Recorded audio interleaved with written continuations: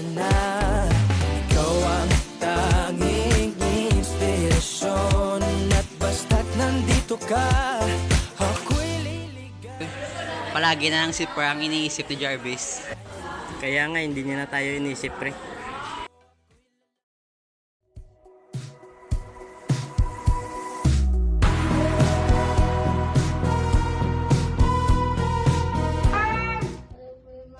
Anong nangyayari sa'yo?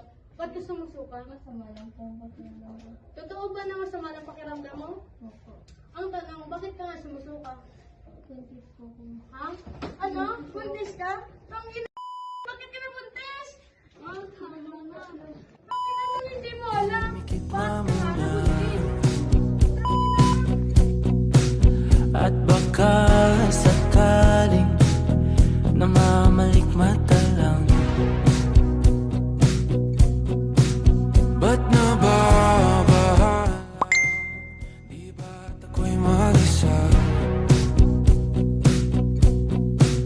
Kala ko'y payapa, boses mo'y tumatawag pa. Naman na ang lahat, tinapan naman na king sugat, ngunit ba't ba ang di ito pa rin? Hirap na kong intindihin. Tanging panalangin, lubayan na sana,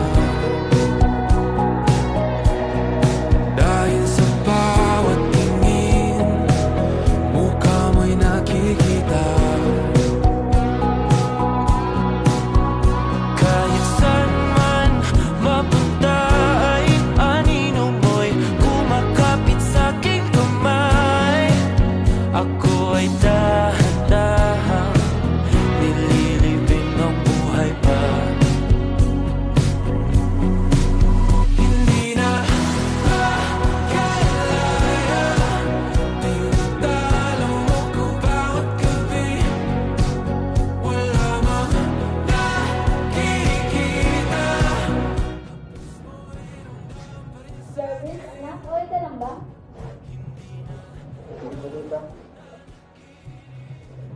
Naraman ko kasi yung anak ko kay Bert.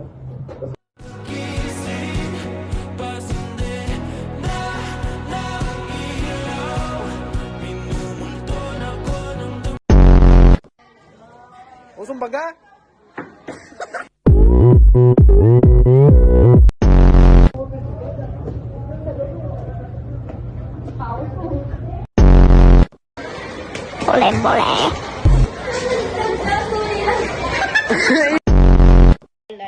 Astig na balay guys.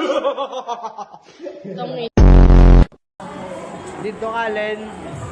Oh, one. Lantaw da. Lantaw ka sa kamera.